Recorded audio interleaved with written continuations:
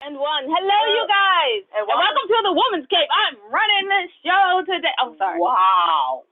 Well, you've been trying to get me to race you for it. Now I have. And well, I was already on the welcome, and you're like, Woman's Cave! Yes. It was mine. Wow. Mine today. I claim it. Wow. Well, no, Woman Cave, welcome. Something like that. Wow. Okay. Wow. What were we talking about before we did this? I'm still on the fact that you're like claiming something. What is going on today? Have you been too long in isolation? Too long in social distancing? Is this what's going on? I think it's the fact that I'm getting things done. And then so you feel bossed up today. Yes, I do. But I am still procrastinating on writing the books. Well, of course, because that's what we do. We procrastinate until we're like, oh, darn it, we have a week. We should probably write something and turn it into the editor because we've already paid them. Yeah, that's true. Yeah. What did we do it in last time? 3 days? Yeah, because we were like, oh, dang, right, the editor needs to yeah. Dang it. It's a cute book, though. It is, and it's only I with me. Oh, and we wrote another book. And I'm Jade. Oh, good. Ebola elbow. Absolutely. Good job. And you're Winona. And I'm Winona, yes. All right, so we wrote a bunch of books, the Misfit Guide series, the And I Thought series, and If Only I Were Me. We're also the co-founders, yes. Well, the two of us. The two of us co-founded the 25 Hottest Authors magazine, which is out. 25 Hottest Indie Authors, Artists, and Advocates. Say the whole name, people. The whole name. We have a writers' conference coming up this Saturday. You should check it out. Yeah, and then... yeah, all that you can check out on www.andwethought.com and our books on Amazon.com. A couple of them are on Audible.com. This one? Yeah, and I thought Divorce was bad. And my favorite one, my first ever romance novel, Foreign Coffee, is on Audible.com. Yeah, so that's it. All right. All right, yeah, you're not here to hear about us. Of course you're not. You're here to hear from our wonderful guests. Wonderful guests, would you like to introduce yourself? Sure. Not going to be anywhere near as high energy as you guys are. You're amazing. Thank you. So I'm Diane Glazman. I'm a writer, a novelist, and a developmental editor.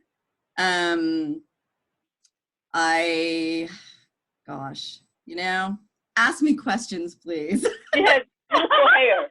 I'm beautiful hair. With questions. She has beautiful. Sometimes her glasses and her hair and her lips match, which is really, really amazing. I love it so much. And please, do not ask if they match because she did it on purpose. She actually looked in the mirror and went, ooh, ooh. Ooh. Yeah. All right. Well, asking questions. How did you get started? That's normally your question. I'm sorry, Jade, go ahead and ask that. No, you already jumped in now. How did you get started? I kind of fell into the editing, and it sort of really is a culmination of everything that I've ever done. So it was almost like, why didn't I do this earlier? Because I have a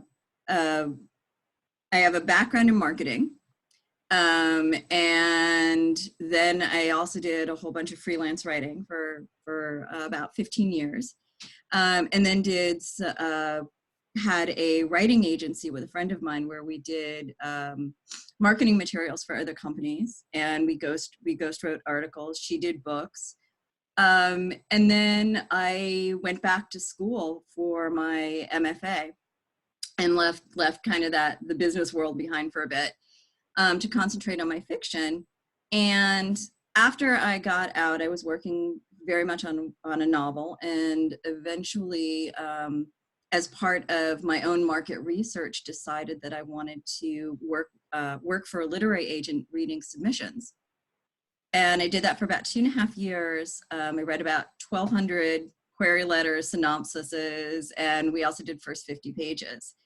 And then also, and I would give the agent feedback about whether she should pass or whether she should read the books, whether she would request more pages or whatever. And she also eventually started having me read the full manuscripts, and then started having me edit some of her clients' work. The first thing that she had me edit was a novel that had gone out on submission. They had gotten feedback from various publishing houses about things that were wrong with it. The writer had gone back, done a revision, and then had turned this revision in, and there were things that were still not working on it. And so Amy turned it over to me and said, see what you can do with it.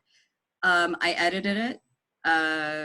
The client loved the edit that I had done, and the book sold. And so that was my first job. And then I had a friend who was working, she and I were working on our novels together. And she had a YA novel. And I ended up being her first reader, and a very critical reader of it. And she would give me 50 pages, and I'd come back with 10 pages of notes for her. And yeah. And what I learned in that process was that I had a really good understanding of how novels function, how they get put together. And also that you're not really serving a writer if you aren't being really honest about how the work works and what isn't working. And this is a lot of problems that I had when I was in workshops or critique groups, is everybody's really nice. And I actually, at this point, I warn my clients when I send them their feedback back, and I say, you need to know I am brutally honest, because I'm not serving you if I'm not. And, and I also put the caveat on that it's this is my opinion. It's based off of the research that I've done into publishing as an industry and a business, my intense study of craft, and my own experience in working with writers. I've been doing developmental editing now for about 5 years. About half of my clients have gone on to either publish books or get agents. And so I've got a pretty good idea of what the marketplace is looking for at this point. And I also was a creative writing teacher for a while. So when I do edits, I'm looking at giving people feedback, not only to make their particular book better, but how they can make their writing stronger and more marketable in the long run. So. Oh, I like this. I see. If she was my creative writing teacher, I might have finished. I think not. Creative writing, I mean, both my degrees are in creative writing, and I always tell people, it's if there's something else that you're interested in studying, do that and write on the side and pick up classes, because creative writing programs are really geared towards a particular style of writing. And they're not always geared towards the style of writing that's actually going to allow a writer to actually make a living as a writer.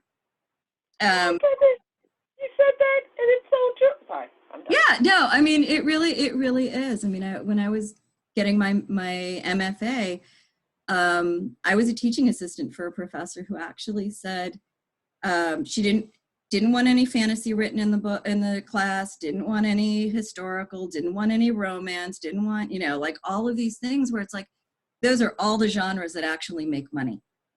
Mm-hmm. Literary is great. It's beautiful. It's wonderful. But if you actually want to make a living as a writer, genre is where it's at, because those readers are voracious. They are loyal. Romance actually accounts for about, I believe it's almost 50% of the publishing industry. Yes, so romance, I haven't looked it up in 3 years, but 3 years ago, romance was making $1 billion a year. Mm-hmm.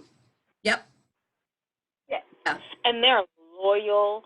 And then but they were talking voracious. about yes, and they were talking about the traditional romance writers. I personally know romance writers that own multiple vacation homes, and they're indie. Yeah, and they're 8 books in. And it's so funny because they don't write traditional romance. They don't write the romance that you would traditionally pick up on the shelf. They do not. They sell them through the ebook, and that's about it. Yep. And they have multiple vacation homes because sorry, sometimes people need to eat. Starving artists is great, but I'm a little bigger than starving, so I need to. Yeah, I have no problems. I edit, I edit literary, upmarket, commercial women's, YA, fantasy, and also I do erotica, because those things actually. I mean, I don't particularly like, plain genre romance. I like erotic romance. But, but those are things I have no problems. A well-written commercial book is every bit to me as valuable as the highest literary book.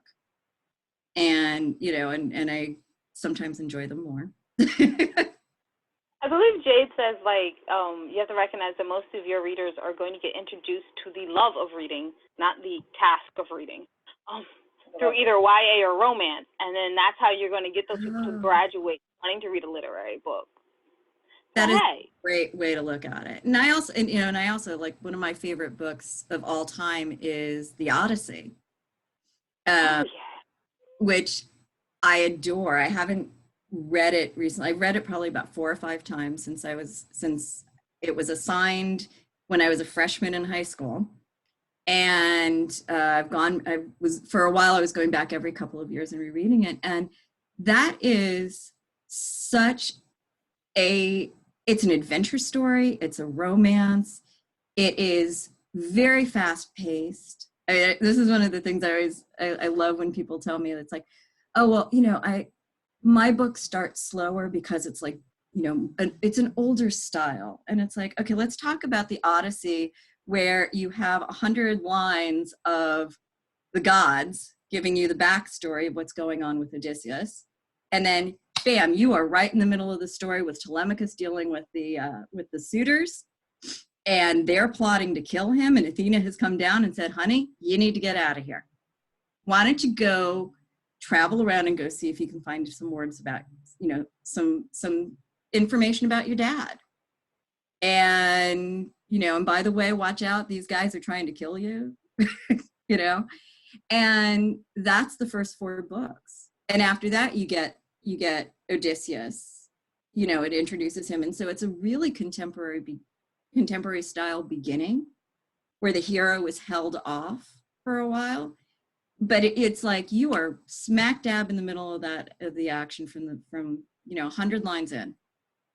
Then absolutely, I'm gonna say we should actually have a conversation about editing at some point. But yeah, I want to say the one thing about the reason I based that saying off of my own experience. Right, I didn't like to read, and then this one time I picked up a book, and it's Mickey Spillane, Black Alley. Yeah, right.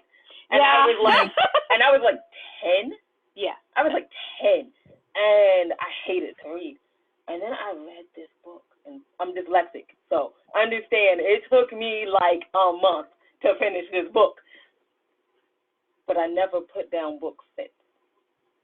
That's really cool. Yeah. So it was genre that hooked me. But now, do I love a classic? Absolutely. But if I had never developed my love of reading from a genre, Nikki Spillane, just noir book. Yeah. I would never be the person I am today, ever. And it was funny because that same book, I watched her struggle, and then I read it.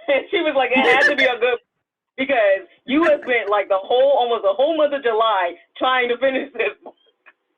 So I read it, and it inspired my entire writing career from 12 to 22. Oh, wow. Yeah. So, everything I wrote in between there was mostly based off of the fact that I loved his style. I had never read a book that was it had Hemingway's shortness, and then it had the mystery, and so anyway. It felt like Dick Tracy, but so much cooler. Everyone says that's his worst book ever, so. Yeah, everyone hates that book. They're like, that's not the book, and I'm like, okay. But anyway, if you like fast-paced books, but you have to remember when the Odyssey was being said, it was an oral thing. So I mean, if you were keeping an audience, you couldn't be. And then page 32, we're still discussing roses and not roses. You've lost your audience. You've lost your living. You're not getting paid until 3 months from now. Well, my favorite part in the Odyssey, actually, it's this moment where Odysseus is telling his story, finally, his adventures, and that's the part that everybody knows with the Cyclops and all of that stuff. But it takes place in the middle of a feast.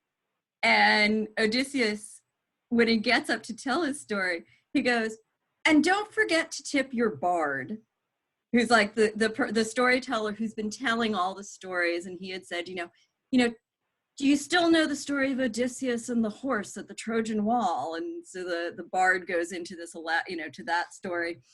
And then Odysseus gets up and, and starts telling who he is. But before that, it's like, don't forget to tip your bard, because he did a really great job telling this story. And he's telling, Odysseus is saying this to the diners, but it was like basically Homer taking this and going, pay your writer, don't forget to pay your writer. Because we should have that written in there every few pages. Your writer. People often forget to pay us. Yeah, I love that part. I love that part, because it's like supposedly if it were being read as an oral, out loud, that would happen like right around dinner time anyway. So Homer really was like, pay the writer, pay the writer. This is how I make a living. Yeah. Exactly. I love it. So this should be a clue for all our other writers out there who are listening to this. If you want to get paid, keep us turning pages, and we'll pay you more. Yeah, absolutely. There you go. Okay, now let's get into editing. Okay. Now let's get into editing. Okay, so you said you started off as a literary reader, a literary agent's reader. Can you give us 3 tips of what you look for? To be like, yes, I like this idea of a query, or I like this idea of the first page, because you can be brutal on both. Honest, but brutal. To be really honest, I think one of the first things is I think writers put way too much emphasis on the query letter. Agents talk a lot about how to make query letters really good, and I think that's mainly because they're short, and it's something that agents can point to that's actionable and concrete, whereas like they don't have the time to critique a whole entire novel, but they can talk about this 250 word letter. And so writers kind of drive themselves really nuts trying to get their query letters really finely honed. And from my experience, the query letter, basically what it set up for me was the problems that I was going to find in the pages. And it always comes down to the pages.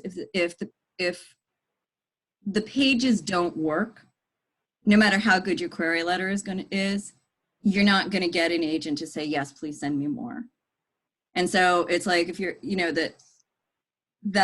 so that's like the first bit of advice that I always have for people based on the experience that I had reading for this agent, was that, yes, your query letter should be good. It's a professional letter, but don't stress yourself out about it so much, because if you put the work into the pages and into the novel, then your query letter is actually going to be fairly easy to read or to write, because you're going to know what your story is and you're going to know how to sum it up really quickly. The other thing is to really pay attention to what genre the agent is looking for, because that was a big one. I mean, if the agent doesn't represent the genre that you're writing, they're not going to take it no matter how good it is. The agent that we had a manuscript that came in that was, it was stunning. It was wonderful. I was raving about it. And then about 150 pages in, I realized the writer had queried it as mystery, which the agent that I read for represented, and this was a thriller, which she didn't. And it was a really good book, and she was really excited about it because I was excited about it and telling her how fabulous it was. And then it was like, but she didn't represent it, so it wasn't something that she could take on. She didn't have the contacts within the publishers who publish thrillers in order to be able to pitch this to anybody. And that's the other thing to realize, like why it's so important that you know what genre the agents are representing, because agents only know a certain number of editors. So if they don't know an editor that they can pitch the novel to sell, they're just going to be doing the same kind of thing that writers do when they're cold querying, is that, if that you're just sending a letter and hoping that you hit the right person. Whereas if they have a contact with that, they know the editor, they've gone to lunch with the editor, they've talked with the editor about what they're buying, then they have a contact, and then they have somebody that they can send directly and say, I think you'd be really interested in this. And I think the biggest thing that I saw with the manuscripts themselves that I saw, probably about 75% of them were not ready to be queried yet. They weren't finished. They either needed another round of revision. They needed some editing work on them. Agents don't really have the time anymore to do the kind of editing. So you really need your book to be in the best possible shape that it's going to be before it goes to an agent.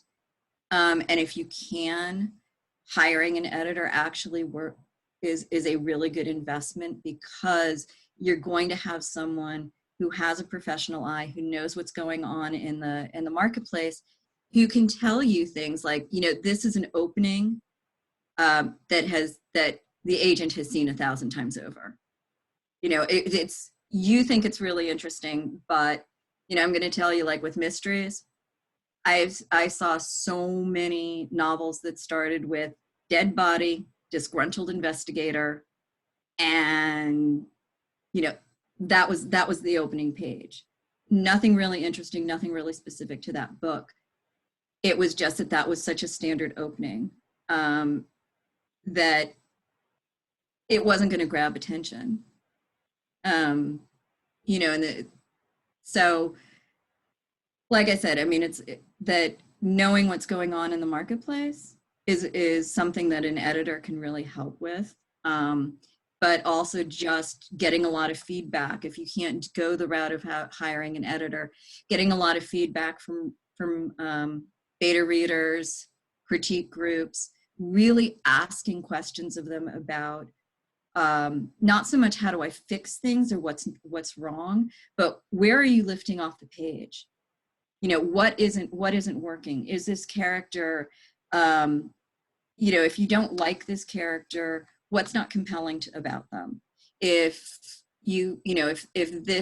where are events that seem to come out of nowhere instead of arising from the action of the novel itself?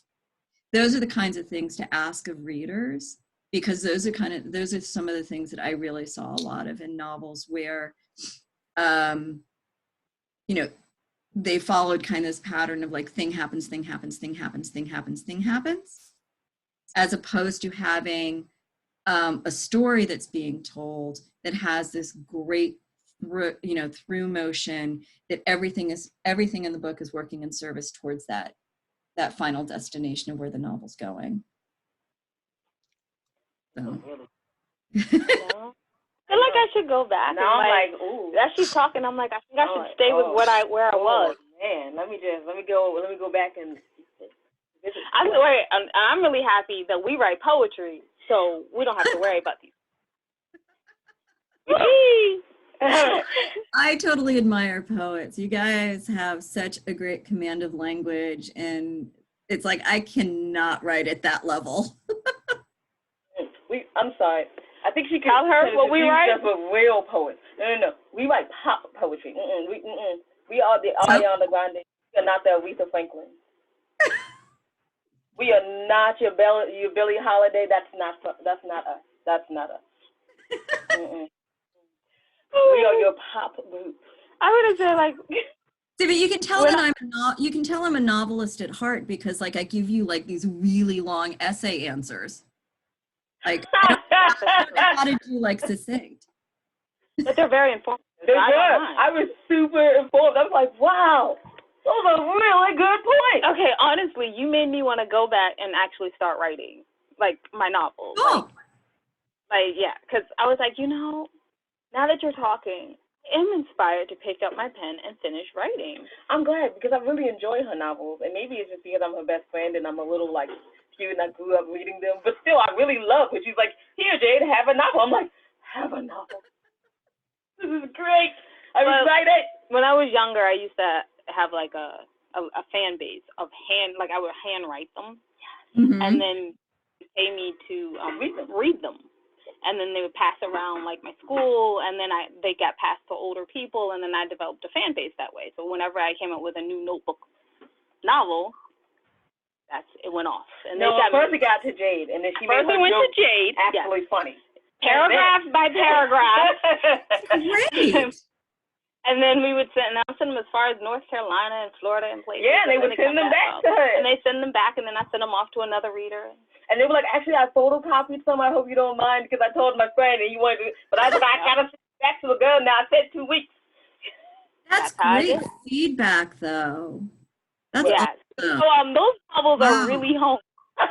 And when you were talking, I was like, I can still do that with this person and that person and this person. Because it's like, so like this is gonna be fun. Thank you. Thank you. Because I have not been inspired at all. Thank you. I get to read a book and make it funny, so that's exciting for me. I'm excited. All right, Jade, last question. Yes, here's the last question. What are you going to do next, and where can people find you on the web? Well, they can find me on my website, which is www.dianeglazman.com. So it's DIANE, G as in good, LAZ as in zebra, MAN.com. At the moment, I'm in the middle of doing a full manuscript edit, so I'm going back to that. And then probably the other big thing for me is working on my own novel. So there's a kind of projects right now. I am very much looking forward to reading it. I'm gonna read it. So you guys check her out. Recognize she's an amazing editor, and then please hire her. Exactly. And she's a background in marketing. Always help you sell things. Yes, I am. We didn't even get to touch on the background in marketing. She's coming back. Yes. Will you come back? Sorry. Sure. Okay, great. Yes. All right.